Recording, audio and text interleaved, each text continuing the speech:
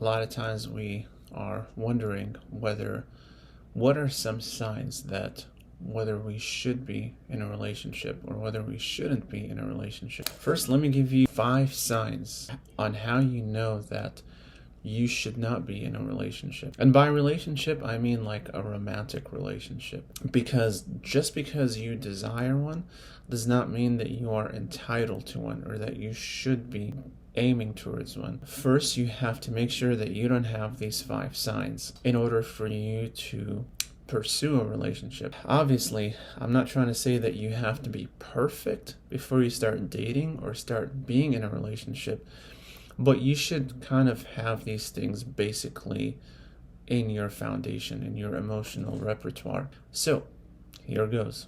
Sign number 1, you always or only think about yourself. Think about that for a minute. A lot of times we, especially here in the US, we're always focusing on ourselves.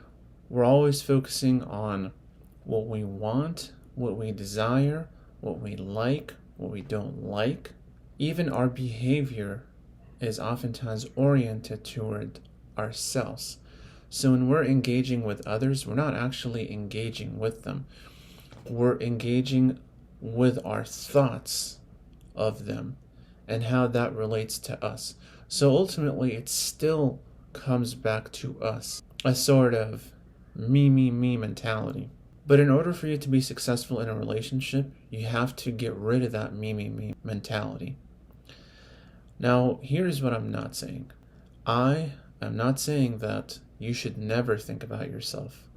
But if you think too much or always about yourself, you're not ready for a relationship. Sign number 2, you're too sensitive. You might be hardwired in a certain way where sometimes you get stimulated easily, right? You can be sensitized to certain things very quickly. I would consider myself a sensitive person, but there's a difference between being sensitive and being way too sensitive. So there are certain things that everybody encounters and they can deal with them, but for you, they break you down super quickly. If that's who you are and it happens quite often, you're not ready for a relationship. Instead, what you need to do is focus on working on this issue, figuring out why you're so sensitive and managing that and becoming less and less sensitive to normal things. And that comes through therapy. Sign number 3, your self-esteem depends on others. What does that mean? Well, here's what it means. What it means is you're looking to others to give you value, to provide your value for yourself. So you're not independent of it, or at least independent enough of it. You're too reliant on it. If somebody validates you, your day goes well. If somebody does not validate you or criticize you, whether it's justified or unjustified, right, you break down and that ruins everything. If that's you, you're not ready for a relationship. Sign number 4. Now, this might seem contradictory to the first one, but keep watching the video so you can see what I mean. Your self-esteem is independent of others. Now, you might think, well, shouldn't my self-esteem be independent of others? Yes, but only to a certain extent. If you have a view of yourself that your worth and your value should only ever come from you, and it should never ever come from other people, you're selfish. And you're not meant to be in a relationship. Because a relationship requires you to be interdependent on each other. So that means you're mutually supporting each other. You're being vulnerable with the other person.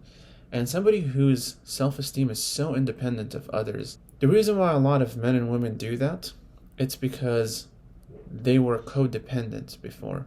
And so that's their way of overcorrecting, which is understandable, but there's no wisdom in that either. Instead, what you need to do is be vulnerable. Whereas if you are independent or too independent, you're not being vulnerable and you're not letting that person enter your world. And so that's not going to be a good relationship or even a relationship in general. And if you guys do end up together, it's going to be toxic. And most likely you're going to abuse them, even if you don't mean to. And the last sign number 5, is you have unrealistic expectations. Maybe you want a guy who's 6 feet tall. You would never date anyone who is under 6 feet, even though only a minority of men are 6 feet and above, at least here in the United States. Maybe to you it looks like I would never date a girl because she has to look like a model, but most women are normal looking, they're average looking, but you don't want the average woman. And so it goes in both directions for both men and women. It's become customary today to have unrealistic expectations and to, quote, not settle, when in reality, you do need to settle. So maybe I should make that as a sub point of this one, is you need to learn to settle. So I guess you can call that sign number 6 as you need to learn to settle. And I know a lot of people don't like hearing that, but it's the truth. If you want to be happy in life, you need to know when to settle. Now, obviously, I'm not saying that you should settle on your core convictions. That's not what I mean. What I mean is you need to settle for something that's less than perfect or ideal, because guess what? Nobody's perfect and ideal, including yourself. And if you think that, then you need to look really close in the mirror and ask yourself that question. Are you sure you're perfect and ideal? And I'll help you by answering that question. The answer is no, you're not. So what that means is you need to settle on minor issues, on minor things.